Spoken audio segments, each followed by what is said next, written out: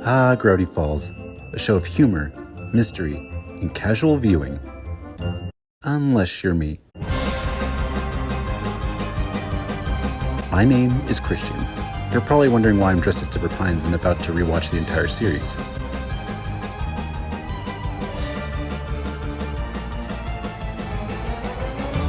Rest assured, there's a perfectly logical explanation.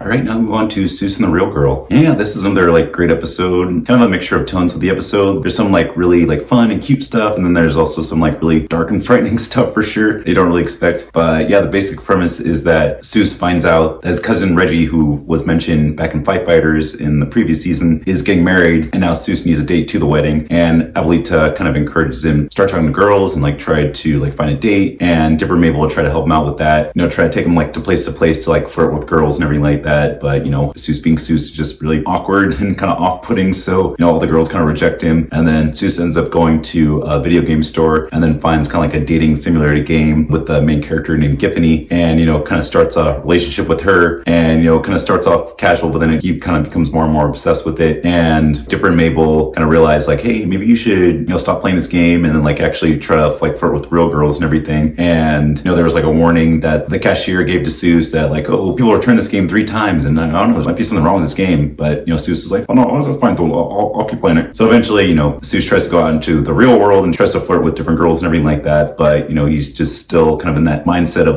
the online dating, and real life kind of scares him in a way, so he's just kind of awkward and off-putting, everything like that. Then he eventually goes to meet cute, I'll play out on the term meet cute, and then meets the character Melody, become a recurring character as the series goes on, and kind of has a casual conversation with her, and eventually kind of in a way kind of asks her out on a date. And Dipper and Mabel are super proud of him and everything, but he didn't think he really did anything. But then he realized oh, I guess I did ask a girl out, and it was super casual and didn't really have to have any pressure with it. So then he has to face Giffany and kind of break up with her in a way. But then obviously Giffany gets upset, and then we realize that the game is actually cursed, and that her presence kind of exits the game, and kind of an electrical surge follows Soos to a place called Hoo-Ha's Jamboree, which is kind of a play on Chuck E. Cheese. And when Soos and Melody are on their date, Melody haunts all the different kind of animatronics and tries to go after them. So it's kind of a Five Nights at Freddy's kind of reference, even though the funny thing is that they actually wrote this episode a year before Five Nights at Freddy's actually came out. So since these episodes take so long to make, this was released pretty close to when Five Nights at Freddy's was coming out. So people were oh, this is a reference to Five Nights at Freddy's. No, this is actually our own idea, but it just kind of came out at the same time as this other game. So I thought that was funny. But yeah, so then they end up hiding from the animatronics, and then Soos takes the game and kind of throws it into one of the pizza ovens, and it burns up, and then kind of melts the animatronic base over, and then kind of destroys it. And then